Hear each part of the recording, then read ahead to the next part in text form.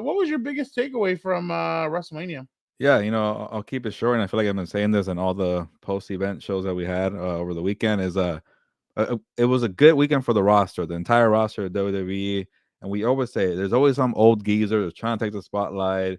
And the funny thing, Fernando, like Bobby Lashley couldn't even get part of the spotlight, not because some old geezer was trying to take it, because the roster was that deep, and there were so many great storylines. Okay, Bobby, you won on Friday. Come bring out the Andre the Giant trophy and then get out of here. All right, sorry, bro.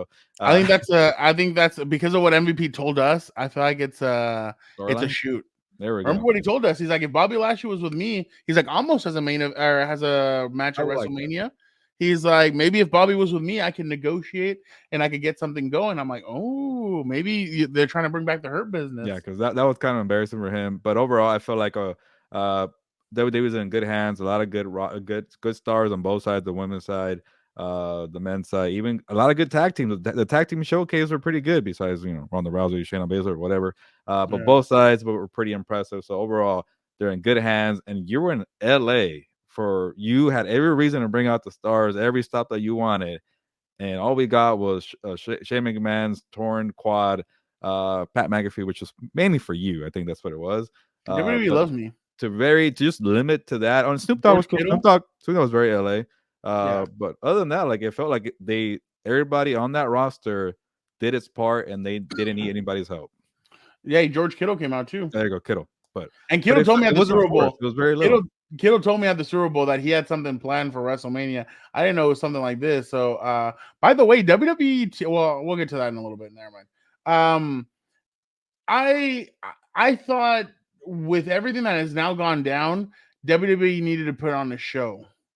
They wanted to show future investors, hey, look what all the talent that we have, and there's still talent that wants to leave another production and come over to us. There's a tag team and there's another wrestler that keep on talking about us that they want to come over to us. Hey, I'm just saying, and I'm not gonna name names, but it's a big tag team and it's a big individual wrestler, and that's why I feel like John Cena did not retire because his big time wrestler has talked about it for years that he wants one match with John Cena.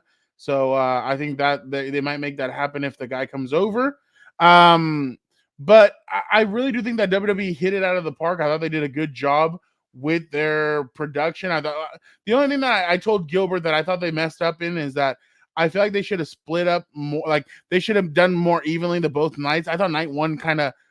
I think night two they kind of depended too much on the Bianca Belair and the main event, and it's kind of like the undercard kind of didn't carry as well as night one. Night one, you saw the women's match. The women's match between Charlotte and Rhea Ripley did better than the main event.